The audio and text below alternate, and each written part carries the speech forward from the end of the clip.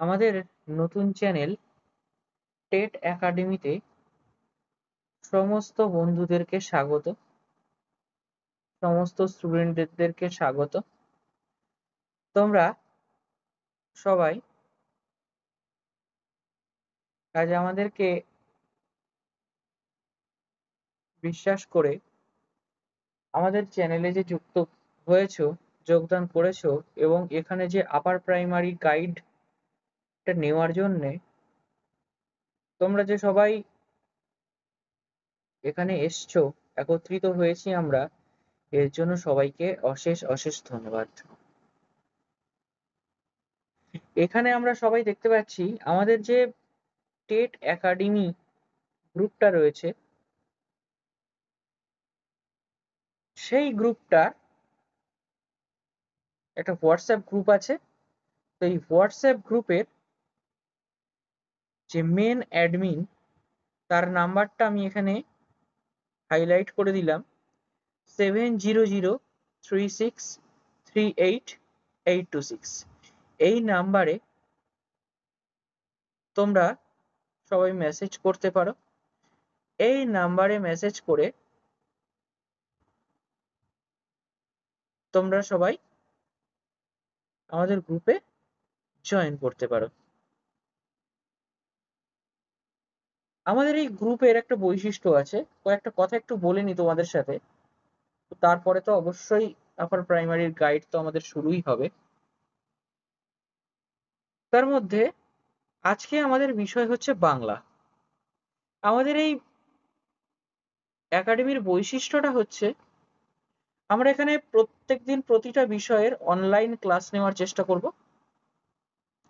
Chapter wise mock test নেওয়ার চেষ্টা করব, বিভিন্ন বছরের আপার প্রাইমারি টেট পরীক্ষার প্রশ্ন বিশ্লেষণ করব। যেমন আজকে বিগত যে বছরের আপার প্রাইমারির প্রশ্ন বিশ্লেষণ করা হচ্ছে, সেটা হচ্ছে 2015 সালের 2015 সালের আপার প্রাইমারি টেটের প্রশ্ন বিশ্লেষণ করা হচ্ছে। এবং টেট সংক্রান্ত সমস্ত খবর আপনারা এই চ্যানেলে ইউটিউব ভিডিও পেয়ে যাবেন, এবং সেই ইউটিউব ভিডিওর মধ্যে টেট সংক্রান্ত সমস্ত খবর এবং কিভাবে কি কি প্রশ্ন আসতে পারে, কোশ্চেনের কোয়ালিটি কেমন হতে পারে, তার উত্তরগুলো কি কি হতে পারে, সবটাই আপনারা এখানে পেয়ে যাবেন। আর আজকে যেহেতু আমাদের এই নতুন একাডেমির সবে পথ চলা, আর আজকের বিষয় হচ্ছে আমাদের বাংলা, তাই আজকে আমরা সরাসরি টপিকের মধ্যে ঢুকছি না। আজকে আমরা প্রথম যে টপিকটা দেখছি সেটা হচ্ছে 2015 সালের আপার প্রাইমারির প্রশ্ন বিশ্লেষণ। এরপরে নেক্সট আমাদের যে দিন ক্লাস আছে, আমরা যেদিনকে আবার একত্রিত হব বাংলা বিষয় নিয়ে, সেই দিন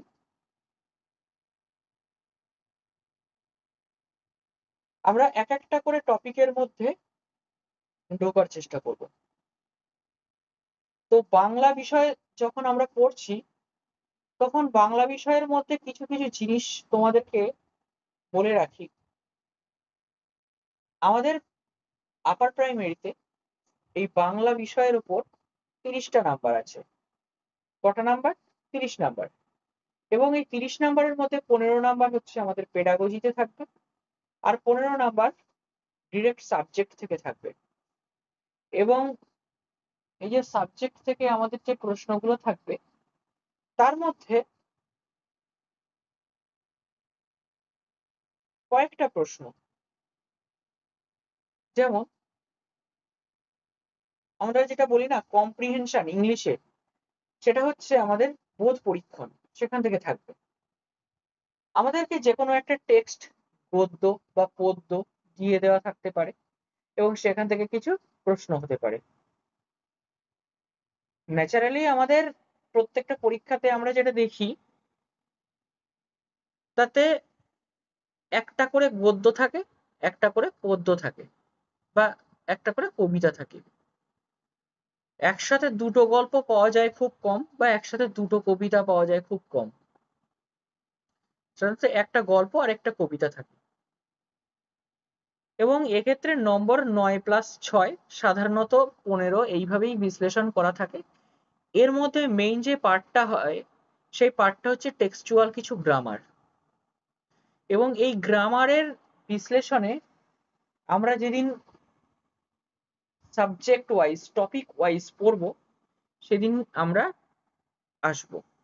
আজকে আমরা দেখছি কিছু প্রশ্ন বিশ্লেষণ। আজকে আমাদের যেহেতু প্রথম দিন সেহেতু আমরা আজকে কোনো টপিক নিয়ে আলোচনা করছি না আজকে আমাদের চ্যানেলে।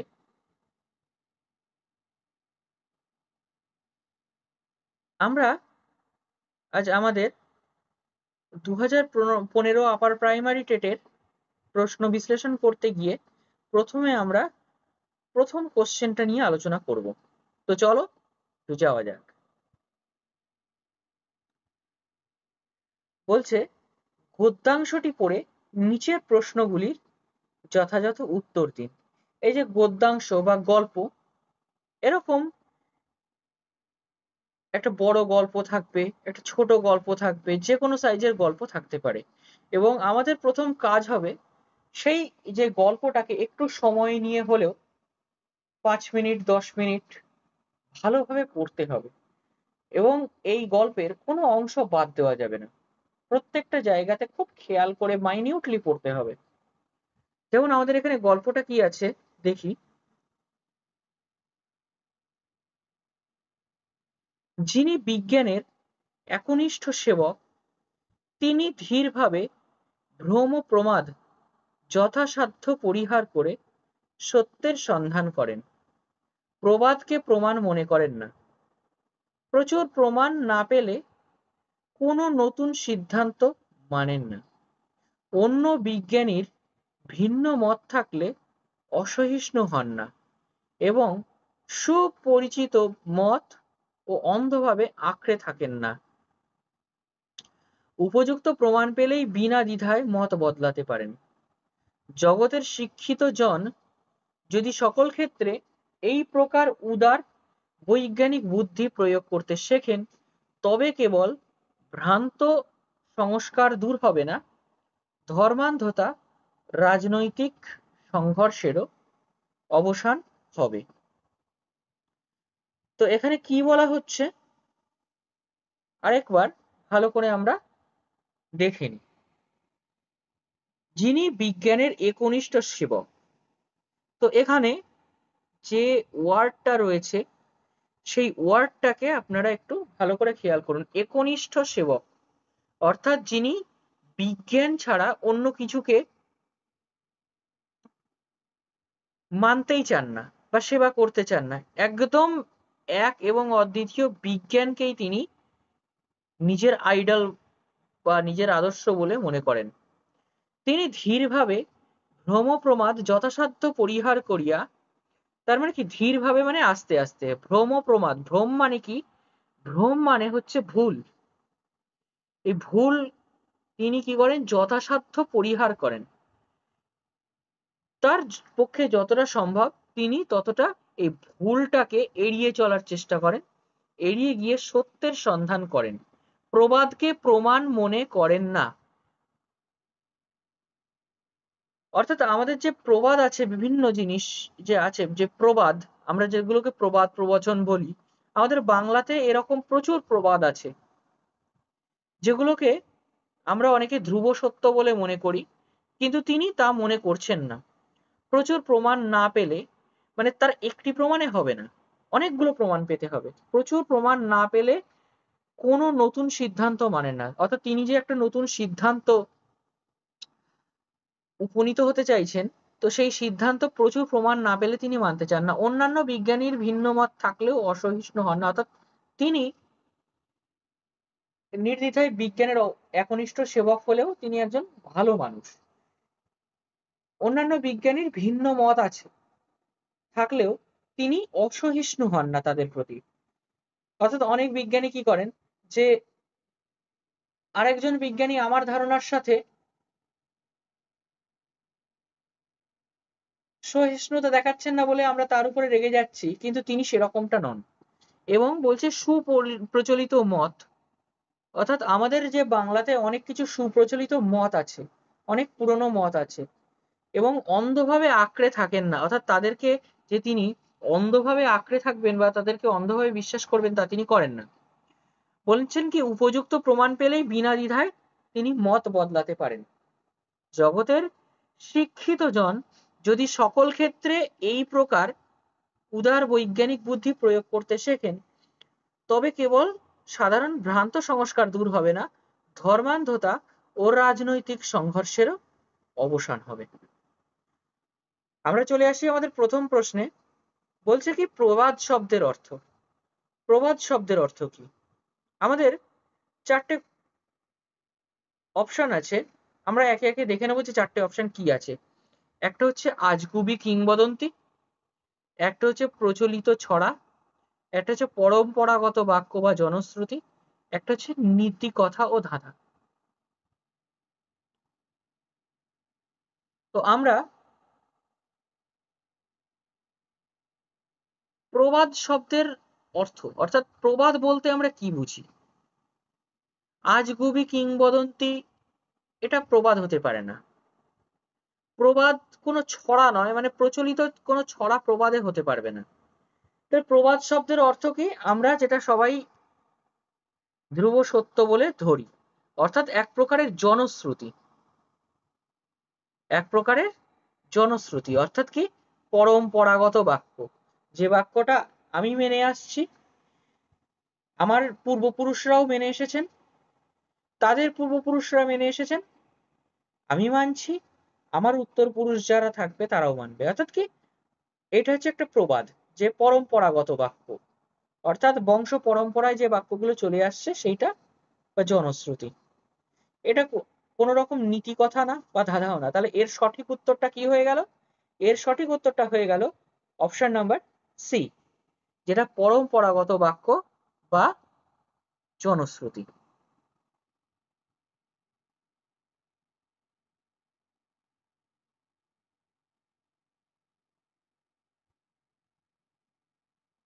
আমরা আসছি এর পরের প্রশ্নে। পরের স্লাইডে আমরা দেখে নিই এর অ্যান্সারটা আছে পরম্পরাগত বাক্য বা জনশ্রুতি, এটা হচ্ছে এর অ্যান্সার। আমরা আসছি নেক্সট কোশ্চেনে।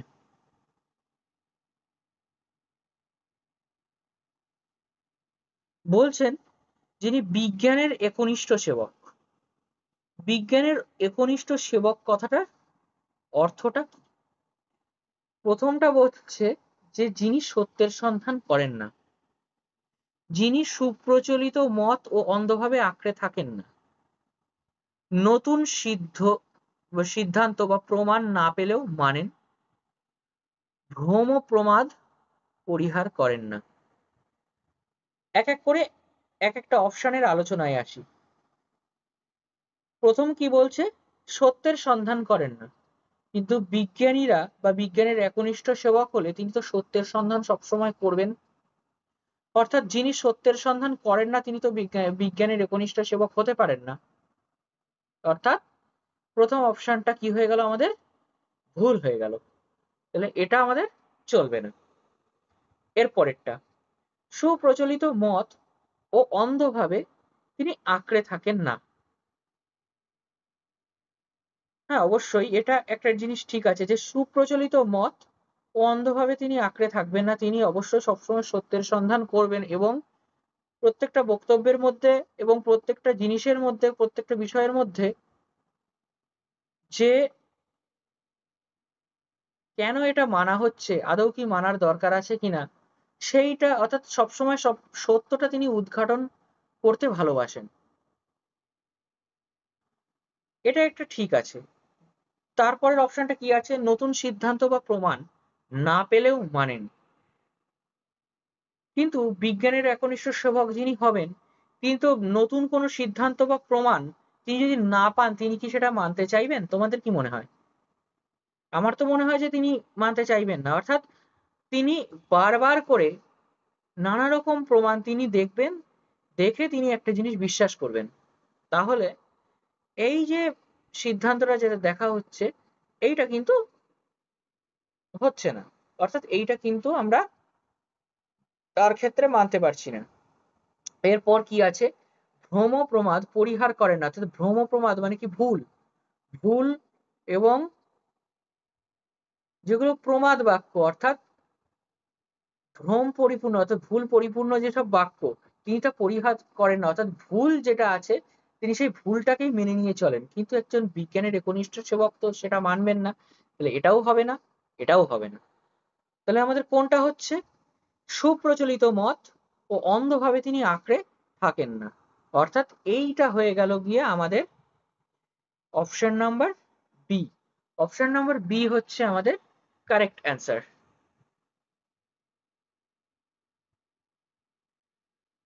এরপরে পরের প্রশ্নতে আসি। বিজ্ঞান শব্দটির প্রকৃতি প্রত্যয় বিশ্লেষণ করুন।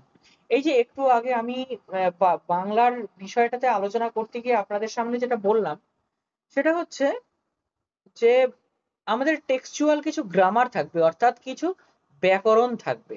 ব্যাকরণের যে পার্টটা শুরু হয়ে গেল, অর্থাৎ কি যে কোনো একটা টেক্সট আছে তার মধ্যে যে কোনো একটা ওয়ার্ড আছে, বলতে পারে তার সমাস লিখতে, তার প্রকৃতি প্রত্যয় বিশ্লেষণ করতে, কিছু সন্ধি দিতে পারে, ইত্যাদি জিনিসপত্রগুলো আমাদের এখানে থাকবে। তো এখানে কি আসছে যে বিজ্ঞান শব্দটির প্রকৃতি প্রত্যয় বিশ্লেষণ করুন।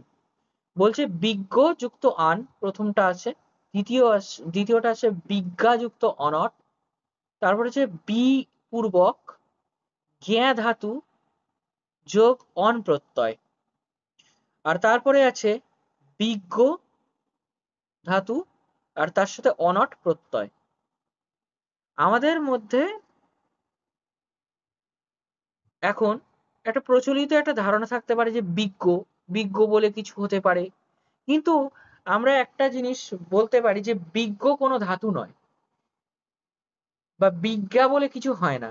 তাহলে আমাদের বিজ্ঞ বলে প্রথম যে দুটো মানে প্রথম যে অপশন আছে আর লাস্ট যে অপশন আছে সেটা বাদ গেল। আমরা জানি যে বিজ্ঞান কথার অর্থ হচ্ছে বিশেষভাবে জ্ঞান, বিশেষ কোনো জ্ঞান, অর্থাৎ বি জ্ঞান, অর্থাৎ বি হচ্ছে এর একটা উপসর্গ যেটা আগে আসে। তাহলে তাহলে বি পূর্বক জ্ঞা ধাতু, জ্ঞা ধাতু জ্ঞা মানে হচ্ছে জানা, এরকম ধাতু, তাহলে বি পূর্বক জ্ঞা ধাতু যুক্ত অন, এইটা হচ্ছে আমাদের বিজ্ঞান। তাহলে আমাদের এখানে উত্তরটা কি হয়ে যাবে? তাহলে আমাদের যে বিজ্ঞা যেটা আছে এটাও হবে না।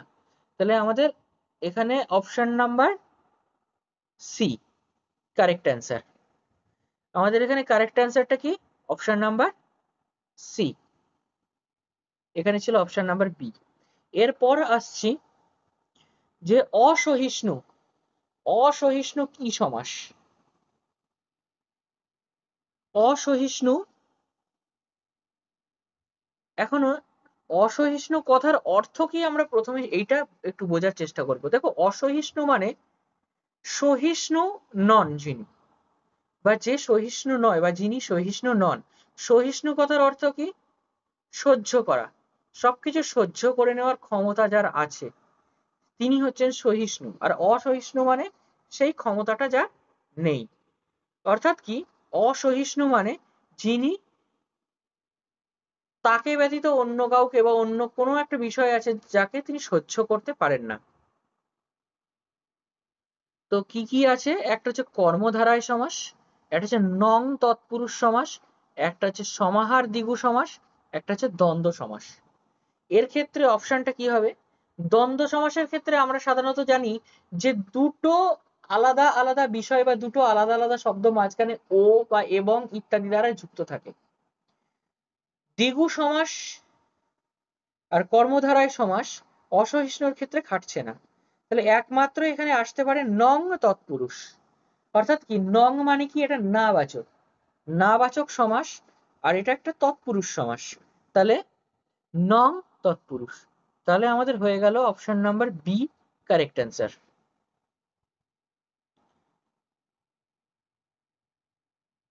তাহলে এই যে এই যে অ্যান্সারটা হবে, এই অ্যান্সারটা হচ্ছে কারেক্ট অ্যান্সার।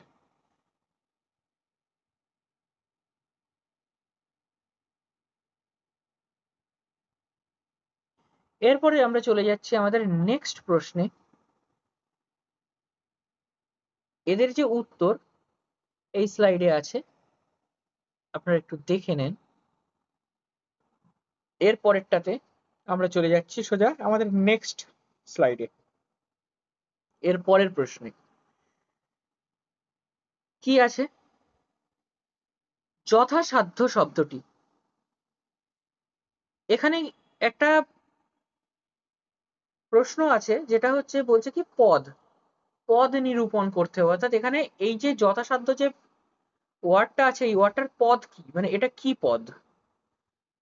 একটা আছে সন্ধিবদ্ধ পদ, এটা কি আছে, সন্ধিবদ্ধ পদ। ওয়েট মিনিট, সন্ধিবদ্ধ পদ।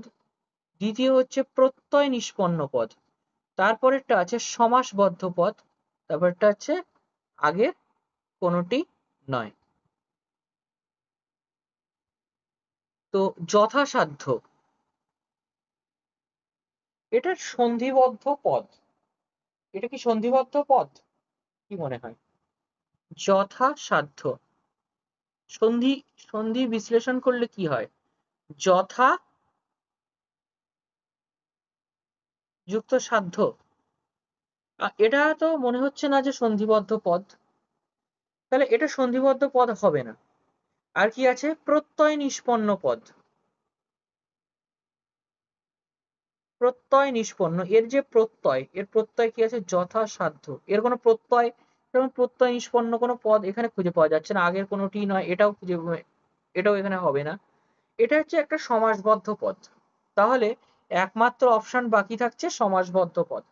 কেন এটা সমাসবদ্ধ পদ, কারণ যথাসাধ্য মানে যেটা আমার সাধ্য, যেটুকু আমার সাধ্য সেইটুকু আমি করার চেষ্টা করছি, তাহলে এইটাই হচ্ছে আমার যথাসাধ্য। তাহলে যথাসাধ্য এটা একটা সমাসবদ্ধ পদ, বোঝা গেল? তাহলে এখানে অপশন নাম্বার সি হবে কারেক্ট অ্যান্সার। এরপর আছে কি পরিহার। এর নেক্সট কোশ্চেনে আমরা আসছে পরিহার। পরিহার কথার অর্থটা কি? পরিহার কথার অর্থ হচ্ছে বর্জন। অর্থাৎ কি, কোনো একটা জিনিসকে ত্যাগ করা, পরিহার করা, বা কোনো একটা জিনিসকে বর্জন করা। পরিহার্যতা, এর এর পদান্তর করলে কি হচ্ছে, পরিহার্যতা, পরিহারী, পরিহার আর পরিহার্য। আমাদের এখানে কোনটা হবে সেটাই হচ্ছে ব্যাপার। তো পরিহার এই শব্দটির পদান্তর করলে হয় পরিহার্য। কি হবে, পরিহার্য। কেন পরিহার্য হচ্ছে, কারণ পরিহার মানে যে জিনিসটাকে বর্জন করা হচ্ছে। তাহলে ওই যে জিনিসটা, যে জিনিসটাকে বর্জন করা হচ্ছে, তাহলে সেটা হচ্ছে বর্জিত, সেই জিনিসটা বর্জিত। অর্থাৎ পরিহার হওয়া যে জিনিসটা, সেই জিনিসটা কি, পরিহার্য জিনিস, অর্থাৎ সেটা হচ্ছে পরিহার্য। তাহলে তার পদান্তর করলে কি হচ্ছে, পরিহার্য।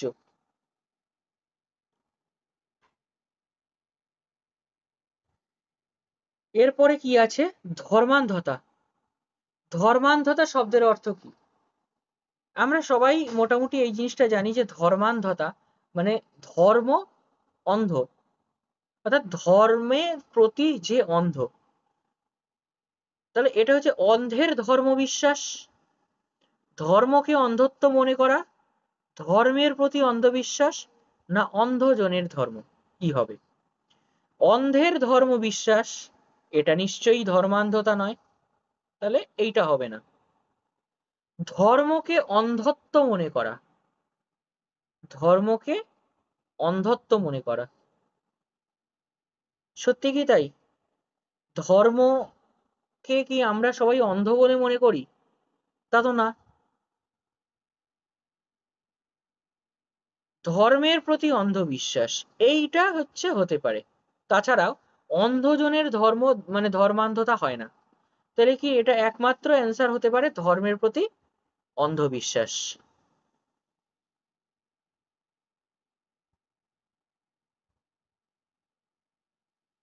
অপশন নাম্বার সি হচ্ছে এর সঠিক উত্তর। এরপর আমরা আমাদের নেক্সট স্লাইডে যাব।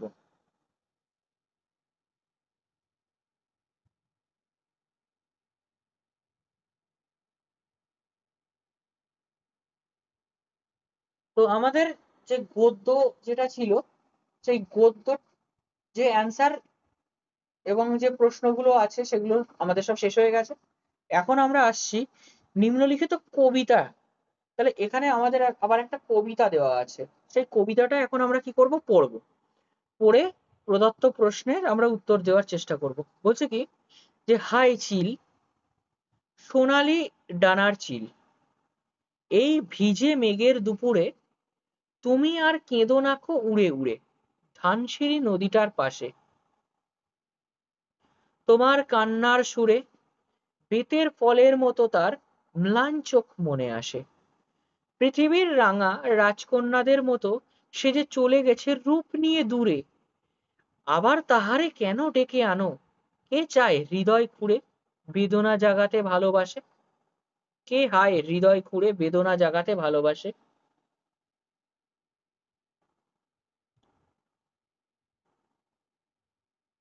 তাহলে এখানে কি বলছে, প্রথম প্রশ্নটাতে আমরা একটু যাব। আচ্ছা, তার আগে আরেকবার আমরা এই কবিতাটাকে পড়ে নেব ভালো করে। হায় চিল, সোনালি ডানার চিল, এই ভিজে মেঘের দুপুরে। তাহলে এখানে সোনালি ডানার চিল, এই কথাটার অর্থটাও বুঝতে হবে যে সোনালি ডানার চিল, চিলের ডানা কি সোনালি হয়? চিলের ডানা সোনালি হচ্ছে না। কি বলছে কি ভিজে মেঘের দুপুরে, মানে কি মেঘ থেকে সদ্য সদ্য বৃষ্টি হয়ে গেছে এবং তারপরে হয়তো রোদ্দুর বেরিয়েছে, এবং রোদ্দুরটা বেরোনোর পরে চিল উড়ে যাচ্ছিল, সেই চিলের ডানাতে রোদ্দুরটা পড়েছে, পড়ে সেটাকে সোনালির মতো লাগছে। তো হাই চিল, সোনালি ডানার চিল, এই ভিজে মেঘের দুপুরে তুমি আর কেঁদো নাকো উড়ে উড়ে ধানসিঁড়ি নদীটার পাশে।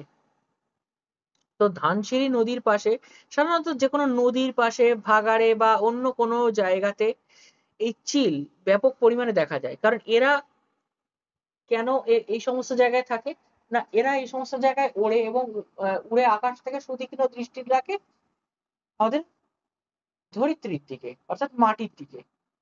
তারা সেখানে খাবার খোঁজে। তো সেখানে কবি বলছেন কি যে তুমি আর কেঁদো না কো উড়ে উড়ে ধানসিঁড়ি নদীটার পাশে, তোমার কান্নার সুরে বেতের ফলের মতো তার ম্লান চোখ মনে আসে, পৃথিবীর রাঙা রাজকন্যাদের মতো সে যে চলে গেছে রূপ নিয়ে দূরে, আবার তাহারে কেন ডেকে আনো, কে হায় হৃদয় খুঁড়ে বেদনা জাগাতে ভালোবাসে। আমরা দেখে নিই আমাদের প্রথম প্রশ্ন কি আছে। চোখকে কার সাথে তুলনা করা হয়েছে? ভিজে মেঘ, রাঙা রাজকন্যা, বেতের ফল, নাকি কোনোটিই না? বলছে কি ভিজে মেঘ, রাঙা রাজকন্যা, বেতের ফল, নাকি কোনোটি নয়।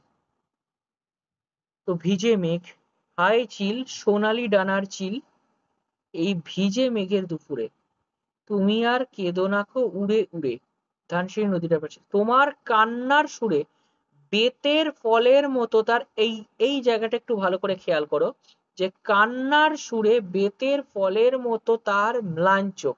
তাহলে চোখটা কার মতো না, বেতের ফলের মতো। তাহলে এখানে কি হবে, অপশন নাম্বার সি হয়ে যাবে কারেক্ট অ্যান্সার। ওকে, তাহলে আমরা এর যে সঠিক উত্তরটা জেনে গেলাম, সেটা হচ্ছে কি অপশন নাম্বার সি, বেতের ফল। যাই আমাদের নেক্সট কোশ্চেনে। খুঁড়ে শব্দটিতে ধ্বনি পরিবর্তনের কোন নিয়ম অনুসৃত হয়েছে? খুঁড়ে শব্দটিতে ধ্বনি পরিবর্তনের কোন নিয়মটা অনুসৃত হয়েছে? এখানে আমরা দেখতে পাচ্ছি খুঁড়ে বানানটা ক্ষয় চন্দ্রবিন্দু হর্ষৌ ডয় শূন্য রয়েকার। তাহলে এটা ক্ষয় চন্দ্রবিন্দু হর্ষ, মানে এখানে একটা নাসিক্যি ভবন বা নাসিকতার একটা ব্যাপার আছে। তার সাথে কি আছে, স্বরসঙ্গতি, অভিশ্রুতি, সমীভবন। তো খুঁড়ে শব্দটিতে ধ্বনি পরিবর্তনের ক্ষেত্রে স্বরসঙ্গতি, অভিশ্রুতি, সমীভবন এইগুলো কোনোটাই খাটছে না। আসছে কি একমাত্র আসছে নাসিক্কি ভবন। কি আসছে? নাসিক্কি ভবন। ধ্বনি পরিবর্তনের নাসিক্কি ভবন যে নিয়মটা অনুসৃত হয়েছে। চলে আসি নেক্সট কোশ্চেনে, কি বলছে? কান্না শব্দটির সন্ধি বিচ্ছেদ। তো এইগুলো হচ্ছে ছোট ছোট আমাদের টেক্সচুয়াল গ্রামার, এইগুলো অবশ্যই আসবে। এর জন্য আমাদেরকে গ্রামারের চ্যাপ্টারটা আমরা যখন পড়বো তখন আমরা টপিক ধরে ধরে আলোচনা করব, এক একটা চ্যাপ্টার। সন্ধি সন্ধি বিচ্ছেদ একদিন হবে, একদিন হবে কারক বিভক্তি, একদিন হবে ধাতু পরিবর্তন, একদিন হবে প্রত্যয়। তো আজ আমরা এখন যেটা দেখছি সেটা হচ্ছে কান্নার সন্ধি বিচ্ছেদ। কান্নার সন্ধি বিচ্ছেদটা কি আছে? প্রথম কোনটা আছে? কান যুক্ত না, যেটা কি ভুল। ক যুক্ত আন্না সন্ধি বিচ্ছেদ, এটাও ঠিক নয়। তাহলে কি হবে? তোমাদের কোনটা মনে হচ্ছে? সঠিক অ্যান্সার হচ্ছে অপশন নাম্বার ডি, যেটা কাঁধ যুক্ত না। কাঁধ যুক্ত না, এটা হচ্ছে সন্ধি বিচ্ছেদ। পরের কোশ্চেনটাতে আসি। সোনালী শব্দে কি জাতীয় প্রত্যয় যুক্ত হয়েছে? সোনালী, সোনালী শব্দে কি জাতীয় প্রত্যয় প্রযুক্ত হয়েছে? এখানে আছে কি বিদেশি তদ্ধিত প্রত্যয়, বাংলা তদ্ধিত প্রত্যয়, সংস্কৃতকৃত প্রত্যয়, সংস্কৃত তদ্ধিত প্রত্যয়। তো সোনালী তো এটা কোনো বিদেশি শব্দ নয়। সংস্কৃতকৃত প্রত্যয়, তদ্ধিত প্রত্যয়, এটাও মনে হচ্ছে না। একমাত্র অপশন যেটা মনে হচ্ছে সেটা বাংলা তদ্ধিত প্রত্যয়। তাহলে কি সোনালী শব্দে কি জাতীয় প্রত্যয় যুক্ত হয়েছে? এর সঠিক যে অ্যান্সারটা হবে সেটা হচ্ছে বাংলা তদ্ধিত প্রত্যয় এর সাথে যুক্ত হয়েছে।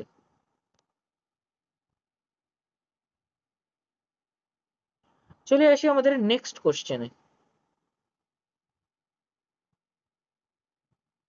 চিল কাঁদে যে নদীর পাশে। আমরা আরেকবার একটু ভালো করে দেখে নিই আমাদের কবিতাটা।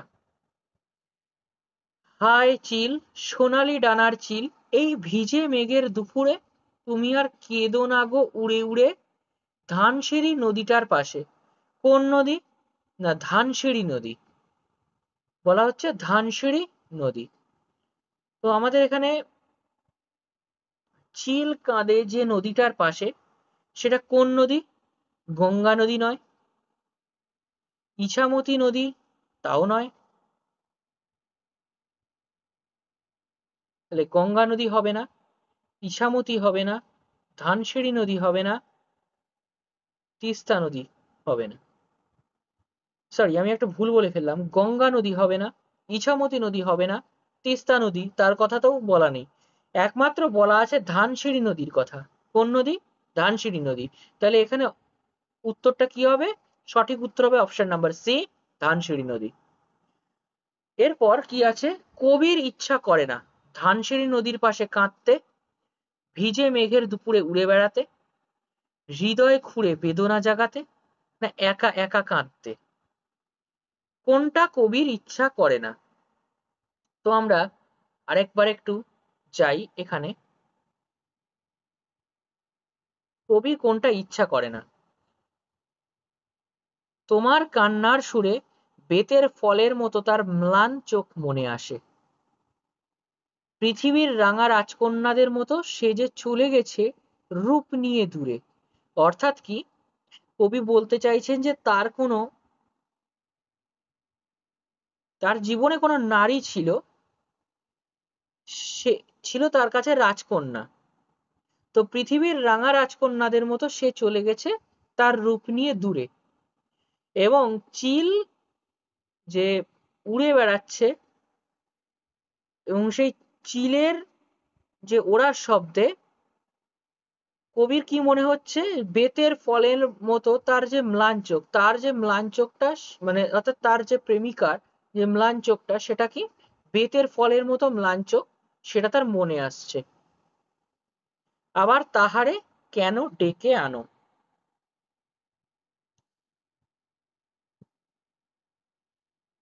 কবির ইচ্ছা করে না ধানসিঁড়ি নদীর পাশে কাঁদতে, না ভিজে মেঘের দুপুরে উড়ে বেড়াতে, হৃদয় খুঁড়ে বেদনা জাগাতে, একা একা কাঁদতে। তাহলে ধানসিঁড়ি নদীর পাশে কাঁদতে ইচ্ছা করে না, ভিজে মেঘের দুপুরে উড়ে বেড়াতে, সেটাও নয়। একা একা কাঁদতে, সেটাও নয়। তাহলে একমাত্র অপশনটা কি আছে? হৃদয় খুঁড়ে বেদনা জাগাতে। কি হবে? হৃদয় খুঁড়ে বেদনা জাগাতে। এরপর কি আছে? হৃদয় খুঁড়ে বেদনা জাগাতে গিয়ে ভালোবাসে না। কে ভালোবাসে না? হৃদয় খুঁড়ে বেদনা জাগাতে গিয়ে কে ভালোবাসে না? রাজকন্যা, চিল, নদী, কেউই না। ফার্স্ট অপশন কি আছে? রাজকন্যা। রাজকন্যা তো এখানে একদমই হবে না। চিল, তাও এখানে হচ্ছে না। নদী, হৃদয় খুঁড়ে বেদনা জাগাতে গিয়ে ভালোবাসে না, তাও হচ্ছে না। সমস্যাটা হচ্ছে এখানে কেউই ভালোবাসে না, তার মানে এদের মধ্যে কেউই না। হৃদয় খুঁড়ে বেদনা জাগাতে গিয়ে ভালোবাসে না, উত্তরটা কি হবে? সঠিক উত্তর হচ্ছে কেউই না। ক্লিয়ার আমাদের এই প্রশ্নের উত্তরগুলো? ভালো লাগলে একটু এই ভিডিওটাকে শেয়ার করে দেবে আপনার তোমাদের সব বন্ধুদের মাঝখানে, এবং তাদেরকে বলবে জয়েন হওয়ার কথা। এবার আমরা নেক্সট কোশ্চেনে যাই। কি বলছে? হৃদয় কি পদ? সেই আবার দেখছেন কি বলা হচ্ছে? কি পদ, অর্থাৎ কি এখানেও সেটা কিন্তু গ্রামার থেকে কিছু প্রশ্ন আছে। হৃদয় কি পদ? ক্রিয়া, বিশেষণ, বিশেষ্য, না বিশেষণের বিশেষণ? তো হৃদয় কি পদ? হৃদয় মানে কি? হৃৎপিণ্ড। অর্থাৎ হৃদয় হচ্ছে কোনো একটা অঙ্গের নাম। হৃদয় আমাদের কোনো একটা অঙ্গের নাম, তাহলে এটা একটা নামপদ। নামপদ মানে কি? এটা একটা বিশেষ্য পদ। অর্থাৎ কি না,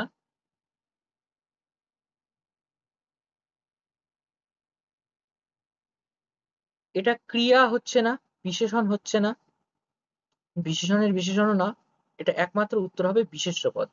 কি পদ হবে? এটা বিশেষ্য পদ। তো থ্যাংক ইউ সবাইকে। আজকে আমাদের এই 45টা মতো কোশ্চেন যেগুলো আছে সেগুলো নিয়ে আমরা আলোচনা করলাম। এগুলো হচ্ছে টেক্সট ওরিয়েন্টেড কোশ্চেন এবং টেক্সট ওরিয়েন্টেড গ্রামারের কোশ্চেন। এরপরে 46 দাগ থেকে যে প্রশ্নগুলো শুরু হচ্ছে সেইগুলো সবটাই সিডিপি, অর্থাৎ কি পেডাগজি, অর্থাৎ বাংলা সাবজেক্টের পেডাগজির কোশ্চেন। তো পেডাগজি আজকে আর আমরা করব না। পেডাগজির ক্লাসটা আমরা আর একদিন করব। পেডাগজির যে ক্লাসটা সেটা আমরা আর একদিন করব। আজ তাহলে আমাদের ক্লাস এই পর্যন্তই থাক। সবাইকে খুব ধন্যবাদ, এবং সবার প্রতি ভালোবাসা রেখে সবাইকে প্রীতি, শুভেচ্ছা, আন্তরিক শুভকামনা সবার প্রতি জানিয়ে আজকের ক্লাসটাকে আমরা এই অবধি শেষ করছি। দেখা হবে নেক্সট ভিডিওতে, সেখানে আমরা সিডিপি নিয়ে আলোচনা করব। সরি, সিডিপি বলছি কেন, এই পেডাগজি নিয়ে আলোচনা করব। মানে এই 2015 সালের কোশ্চেনের যে পেডাগজি আছে, অর্থাৎ 46 দাগ থেকে বাদ বাকি রেস্ট পর্যন্ত, সেটা নিয়ে আমরা আলোচনা করব। তো আজকের ক্লাস এই পর্যন্ত। সবার ক্লাস কেমন লাগলো জানাবে। সবাই ভালো থাকবে, সুস্থ থাকবে, সুন্দর থাকবে। দেখা হচ্ছে নেক্সট ভিডিওতে।